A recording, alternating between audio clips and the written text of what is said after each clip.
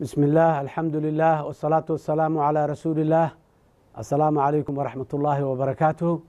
ومدى الصوماليات meel kastoo ay joogto guud ahaan dal iyo dibadba waxaan leeyahay ciid mubaarak ciid wanaagsan ciidan ciideeda khayr iyo nabad iyo barwaaqo ummadda Soomaaliyeed Allah nagu gaarsiiyo nabadda iyo deganaanshaha dalka iyo dawladnimadiisana Ilaahay ha kordhiyo walaalayaal sidii aan ciidii horeba aan dhahay waa maalin farxad leh waa maalin wanaagsan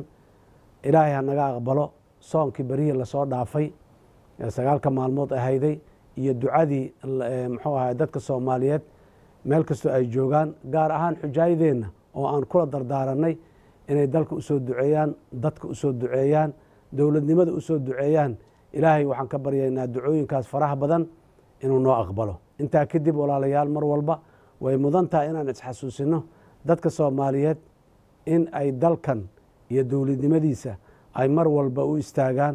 garab taagnaadaan waxa fiican oo san oo dawladnimada casriga ee dunida kale ay ku dhaqanto ku san in aan isku garab istaagno iskuna garab siino wax kasta nolosha maanta waxay u baahan tahay dawladnimo wax guulaysan karo dhaqaalana ma horumari karo amnina lama heli karo sharaf iyo karaamo iyo cizina lama heli karo haddii aan kala dambayn iyo nidaam iyo ixtiraam ku salaysan dawladnimo mar walba qaanuunku iyo shareecadu sarrayso haddii aanan la helin dadka Soomaaliyeed meel kastoo ay joogaan waxaan ugu hambalyaynayaa ciidda ayaamaha khayrka iyo barakada wato waxaana kula dardaarmayaa inay u istaageen dalkan waa dalkoodii inay u gargaaraan dalkooda dadkooda iyo diintooda intaba midnimo walaalnimo isjacayl isqadarin iyo wax walba ka horumarin danta dalka Soomaaliyeed ilaahay ninkuu dilaa dhimanayo maalin walba dad baa naga dhimanayo qofan ilaahay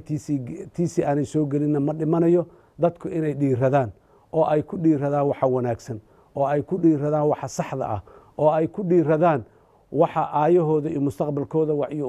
ilmahooda wax u tarayo dardaaranka Allah waa intaa waxaan si gaar ah rabaa inaan fariin ugu gudbiyo dhalinyarada Soomaaliyeed meel kastoo ay joogaan walaalayaal wiilashaydi gabdhaheennii waxaan leeyahay dalkan adikaa dad u ah inna waa sii socotaa inna waa soo socotaa inta soo socota adikaa ah inteenna hadda joogta ee aan muxuu ahay dhalinyarada aan ahayna waxaan leenahay war wixii waaye aragnimo aan leenahay wixii shalay aan u soo joognay hana laga qaato waxaan soo joognay 30 sano dawladnimo ah 1960kii ilaa 1990kii waxaan soo joognay 30 sano ku dhawaata si gabagaba ah oo muxuu ahay duruufo gaara iyo dhibaatooyin dalka uu ku sugnaa waa u soo taagnayn wixii dhacay waxaan isku tuhmaynaa inaan leenahay waayo aragnimo meeshii ay wax ka qalloocdeen iyo meeshii ay wax nooga hagaageen oo aan u baahannahay inaan xoojinno iyo meeshii ay shalay wax ka qalloocdeen oo aan u baahannahay inaan toosinno ama godkii shalay lagu dhacay inaan ka tallaabsanno ama ka leexanno dhallinyaradan doonaynaa in ay waayo aragnimadaas nagala haraan nalala qaataan maantana aan la hagaajinno annaguna aan muxuu intaan noolnahay aan dadaalkeenni ku sii kabno dalka iyo dadka in ay dawlad diinta iyo dhinac walba u gargaarta in la helo walaalayaal mar kale ciid wanaagsan Soomaaliya waa cida uma maqna ceelna uma qodna dadka Soomaaliyeed ay sugay aan iska yar aan dhaafno meeshii aanan dhaafi karin aan yarayno inaan dibadda sii eegno inaan dibadda wax ka dhuganno inaan dibadda ra'yi ka sugno inaan dibadda xoog iyo caqli iyo xoolo ka sugno aan iska dhaafno haddii meelaha qaarkood aanan dhaafi karinna aan yarayno aan isku tashanno waa xooggeenna waa xoolaheenna waa caqligeenna midda keliya ee dawladnimo Soomaaliyeed ay ku imaan karto aan isu geysanno waan hubaa inaan leenahay caqli wanaagsan xoolo nagu filanna inaan leenahay dal barwaaqaa oo kuwa adduunyada ugu wanaagsan ana inaan leenahay waxaan rajaynayaa inaan caqligaas iyo wanaagga isu geysanno dawladnimona dalka aan u curino sanooyinka dhow ee soo socda aan ka fakarno 30 sanaan hadda ka soo sheekeeyey